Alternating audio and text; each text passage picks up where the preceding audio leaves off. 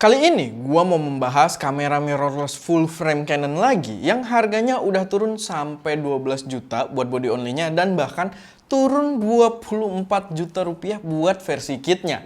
Jadi sejauh itu turunnya gitu kan. Dan kira-kira kamera apa yang mau gua bahas? Kita puter intro dulu.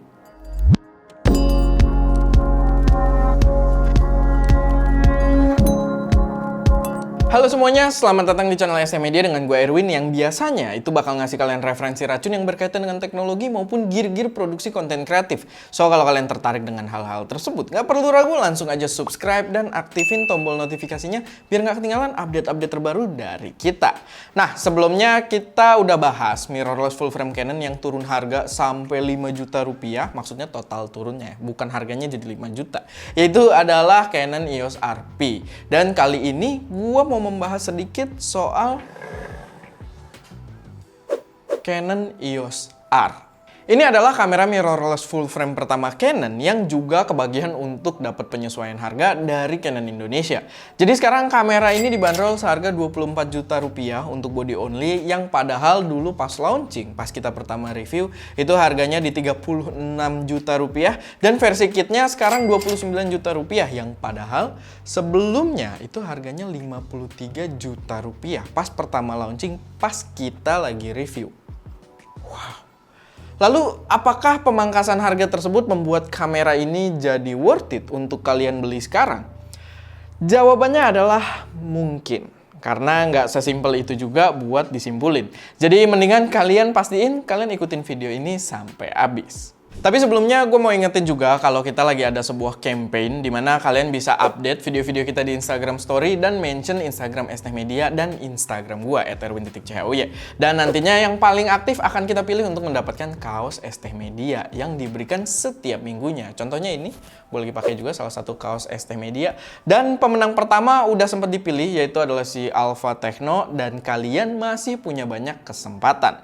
Oke, balik lagi ke pembahasannya. Jadi kemarin waktu bahas EOS RP, gua nggak terlalu susah buat simpulin karena kamera tersebut memposisikan diri untuk melawan di marketnya Sony A7 Mark II, yaitu entry level full frame mirrorless yang menurut gua walau lebih mahal sedikit, si EOS RP tetap jadi worth it parah di harganya karena memberikan banyak value yang menarik dibandingkan A7 Mark II.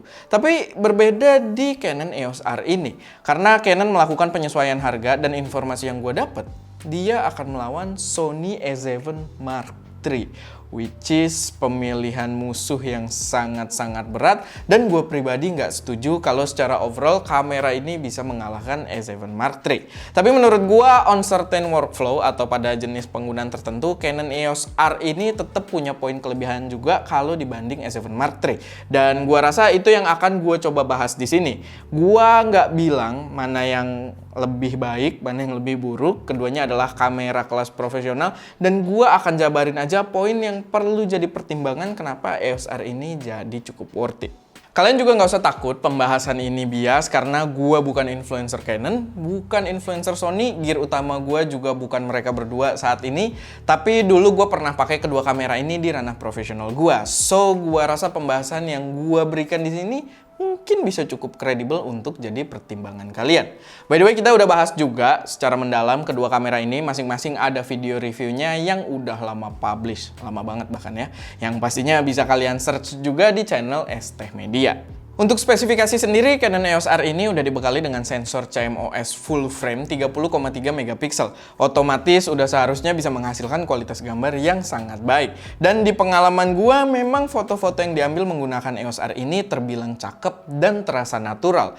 Buat berfoto sendiri juga udah lebih proper daripada EOS RP, dimana saat dipakai di mode one shot focus, kecepatannya itu bisa sampai 8 fps dan di fokus servo dia akan melambat ke 5 fps. Memang bukan yang cepat banget, tapi ya lebih proper dari si EOS RP. Oke, ini kecepatan tertingginya kalau pakai one shot focus atau manual focus, dia bisa sampai 8 fps kayak gini. Oke, itu dia. Nah, kecepatannya akan menurun kalau misalkan kita pakai continuous autofocus atau kalau di foto biasanya namanya servo. Nah, ini jadi 5 fps. Untuk memori juga dia udah mendukung SD card UHS 2 sehingga bisa writing data ke memori dengan kecepatan yang cukup saat dalam penggunaan berfoto. User experience sendiri tetap akan menjadi value terbesar dari kamera-kamera Canon, termasuk kamera ini juga, apalagi kalau dibandingin dengan jajarannya Sony. Ergonomi kamera ini luar biasa nyaman, user interface cakep, touchscreen sangat responsif, mekanisme layar udah vari-angle, dan gambar yang ditampilkan pada layar cakep banget. Overall pengoperasian sendiri juga udah jelas, sangat mudah.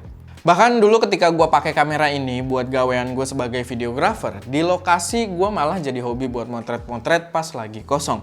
Karena kamera ini somehow asik banget buat motret dan bahkan kayak mengencourage gue buat foto-foto sekitar. Dan dia juga menampilkan hasil yang terlihat cakep di layarnya sehingga membuat mood gue jadi bagus saat di lokasi. Paling yang gue nggak suka juga di kamera ini secara pengoperasiannya cuman di touch bar-nya ini aja. Yang di experience gue efeknya itu terasa kayak nggak konstan. Kadang bisa slide foto banyak, kadang sedikit. Lalu untuk autofocus sendiri juga nggak perlu khawatir karena kamera ini udah punya autofocus yang gokil dengan dual pixel AF-nya. Bahkan di kondisi cahaya yang cukup gelap. Dan ini salah satu poin yang mengalahkan S7 Mark III juga di pengetesan gue. Dimana gue pernah bener-bener bandingin antara kedua kamera itu waktu itu minjem punyanya Rehanali. Yang dia juga punya channel, kalian bisa cek channel dia ada di situ. Mungkin sebelum lanjut kita lihat dulu aja beberapa hasil foto yang gue ambil pakai kamera ini di Studio S Tech doang. So pastiin kalian nonton di resolusi tinggi.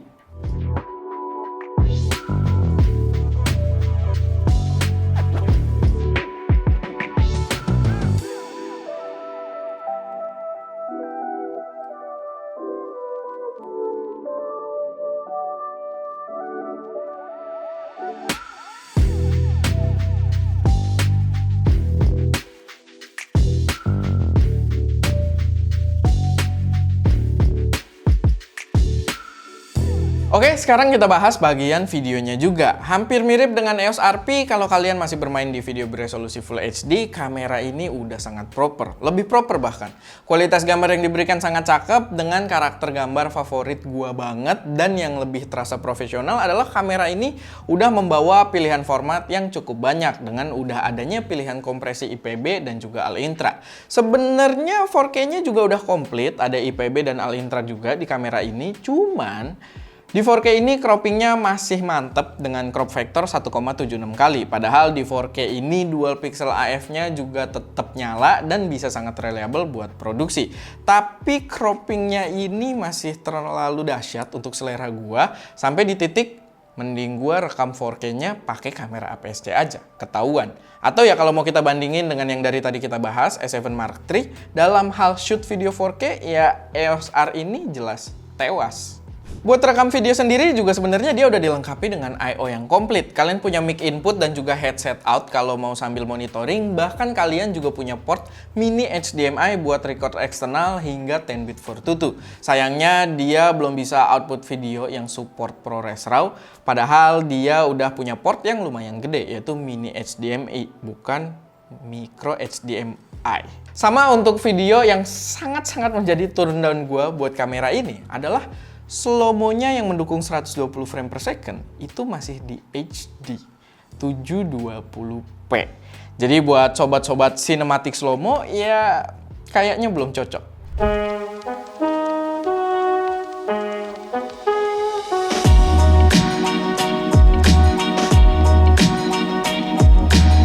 Oke, jadi dari semua pembahasan tadi, sebenarnya apa sih yang membuat EOS R ini menjadi menarik untuk dipertimbangkan?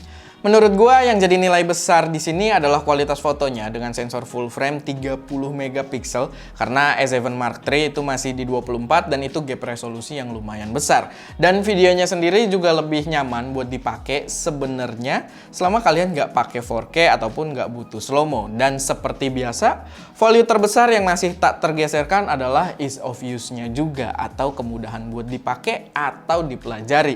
Jadi ya kalau sesuai dengan workflow kalian atau sesuai dengan kebutuhan produksi kalian di harga yang ditawarkan sekarang, karena udah di diskon gede-gedean juga, gua rasa kamera ini make sense untuk dipertimbangkan. Oke, paling segitu aja buat video kali ini. Dan ya, kalau misalkan ada koreksi, saran, atau pertanyaan, silahkan taruh aja semuanya di kolom komentar. Dan kayak biasa, jangan lupa buat like video ini kalau kalian suka, share ke teman-teman kalian yang mungkin tertarik, dan pastinya subscribe ke channel SM Media untuk support kami terus memberi konten yang lebih berkualitas dan bermanfaat di masa mendatang. Itu aja, semoga bisa memberi gambaran yang cukup jelas buat kalian dan bisa jadi referensi. Oke? Gue Erwin, di belakang kamera ada Ska, dan jangan lupa untuk berkarya.